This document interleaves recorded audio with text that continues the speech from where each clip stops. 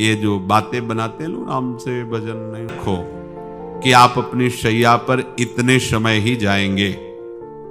एक नियत समय रखा। हमने देखा है साधुकों का एक समय होता है कि 10 बजे हमें लेट जाना है, सोना नहीं, लेट जाना है और लेटे हुए भगवत चिंतन करना। अब जब सो गए तो सो गए, नहीं सो गए तो उसमें हमें टेंशन नहीं लेना कि अभी नींद नहीं आई, 10:30 बज गए, 11 बज गए, ये नहीं। आंख मूंदी, मंत्राकार वृत्ति, तो बिना नींद की गोली के सो जाओगे। यह है ऐसा, भजन में मन लगाओ सो जाओगे। जिनको नींद ना आती हो उनके लिए सही दवा है, आप नींद का चिंतन न करके प्रभु का चिंतन करने लगो, देख लेना आप कब सो गए पता नहीं चले। और अगर सौभाग्य से नींद ना आई तो नींद में जो इंद्रियों को पुष्टता मिलती है वो होता है संसार का विस्मरण। नींद में खास बात क्या होती है कि संसार का चिंतन छूट जाता है, फिर वो मस्त हो जाता है। उसमें जो ऊर्जा शक्ति वो जागृत होती, संसार के चिंतन से ऊर्जा शक्ति नष्ट होती। तो 4 घंटे 5 घंटे संसार के चिंतन से रहित पड़ा रहा सुषुप्ति में, तो उसे ऊर्जा शक्ति फिर आ गई। और अगर 4-5 घंटे आप प्रभु के चिंतन में रहे तो संसार का चिंतन छूटा, आनंद सिंधु का चिंतन हुआ। तो ये नहीं होगा कि आज रात्रि सोया नहीं तो बहुत टेंशन है, परेशानी, ऐसा नहीं होगा। ये बहुत सावधानी की बात, प्रायः इस सावधानी में नहीं रहा जाता। बचपन से सदगुरुदेव भगवान ने यही शिक्षा दी थी, गुरु कृपा से ऐसे उपदेश मिले थे। सोते समय कोई वार्ता नहीं, कोई अन्य चिंतन नहीं, चुपचाप अपने मन को हटाकर केवल इष्टमय करो। कब नींद आ जाती इसकी चिंता मत करो, इष्टाकार वृत्ति करके ही सोना चाहिए। तो आगे जो लिखा है पुनरुत्थिताय, जब उठो तब वैसी वृत्ति, तो कुछ दिन बाद स्वाभाविक हो जाएगी, स्वाभाविक हो।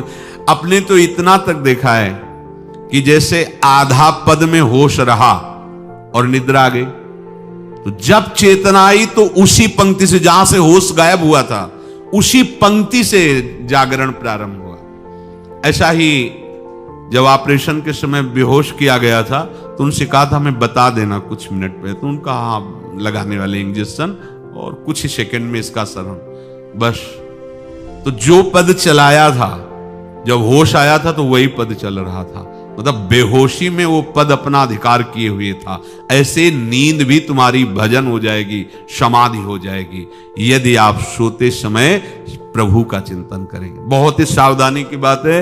यदि इस जन्म में परम लाभ लेना चाहते हो तो इस श्लोक को अपना जीवन बनाओ। कृष्णव्रताः, हमारा जीवन का एक ही व्रत है कि हम अपने प्रीतम का भजन नहीं छोड़ेंगे, अखंड भजन। हमें ये नहीं देखना कि उपांशु मानसी को इसमें कितने गुना, हमें गुना बना नहीं देखना। हमें अपने प्रभु को बोलना नहीं। भजन में मन नहीं लग रहा, पद गा रहे हैं, जोर जोर से चिल्ला रहे हैं, नाम कीर्तन, हमें अपने प्रभु से जुड़े रहना है। कृष्ण व्रताः कृष्ण मनुस्मरन्तो, हमारा निरंतर स्मरण चले, बस ये प्रयास रखना है। जब निरंतर स्मरण की बात कह दी तो फिर आगे कुछ कहना नहीं चाहिए, पर खास बात इसीलिए कहा जाता है कि आप समझ जाओ। रात्रौच, जब कोई भी ब्रह्मचारी, कोई भी उपासक, कोई भी बैरागी त्यागी महात्मा सोते समय असावधान हो गया तो उसकी रात्रि बहुत गलत जाएगी। खास जब आप सैया पे शय भाव होते थे, कोई पास नहीं, कोई सुविधा नहीं, 1 रुपया नहीं, तो एकदम दैन्यता, एकदम कितना सुख मिलता, वो एकदम केवल भगवद आश्रित। तो रात्रौ च कृष्णम पुनरुत्थिताय, ये बहुत पकड़ने वाली बात है। रात्रि के समय कोई और चिंतन न बनने पावे। देखो आप और उस समय खास करके विषय चिंतन बनता है, ध्यान रखना। दिन भर लड़ते रहोगे इंद्रियों से, और जब आप शयन के समय जाओगे तब वो अवसर ढूंढेंगी और आपको विषयों में फंसाने की चेष्टा करेंगी। कोई क्रिया या पूर्व में कोई क्रिया या कोई दृश्य या कोई बात, अगर कहीं मोबाइल से मित्रता है और बगल में रखा है तो भूल जाओ। रात्रौ च कृष्णम पुनरुत्थिताच, जब तक नींद नहीं आती तब तक फिर वो ऐसी सामग्री डाल देगा बर्बाद हो जाओगे। साधक मान लो, हमारी प्रार्थना मान लो। हम मानते हैं कि आज के समय में यंत्र का बहुत बड़ा प्रभाव है।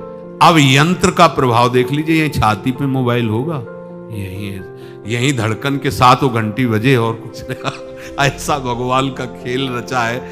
और इसमें सबसे खतरनाक बात है कि आप जो न देहा प्रवशंति कृष्ण माज्यम यथा मंत्र हुतम हुताशे। आहा, वो ऐसे श्री कृष्ण रूप हो लगेगा। हमारे आराध्य देव नहीं, अभी तो हमें ये देखना है कि गुरुदेव के आराध्य देव वही देंगे हमें प्रिया प्रीतम, तब हमारे हृदय में अपनापन होगा। गुरुदेव की कृपा के बिना ये आराध्य देव रीझने वाले नहीं हैं। चाहे जितना तुम चाहे बना के साधन करो, ना पाई है बिन स्वामी यह अकेले, वो श्री कृष्ण स्वरूप हो जाता है। जो दुखों से भीत होकर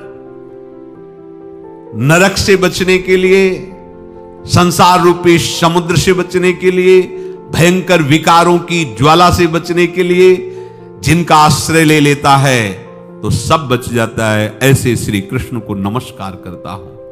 प्राण कांतार पाथेयम संसारोच्छेद भेषजम दुख शोक परित्राणम हरिरीत्यक्षरद्वयम।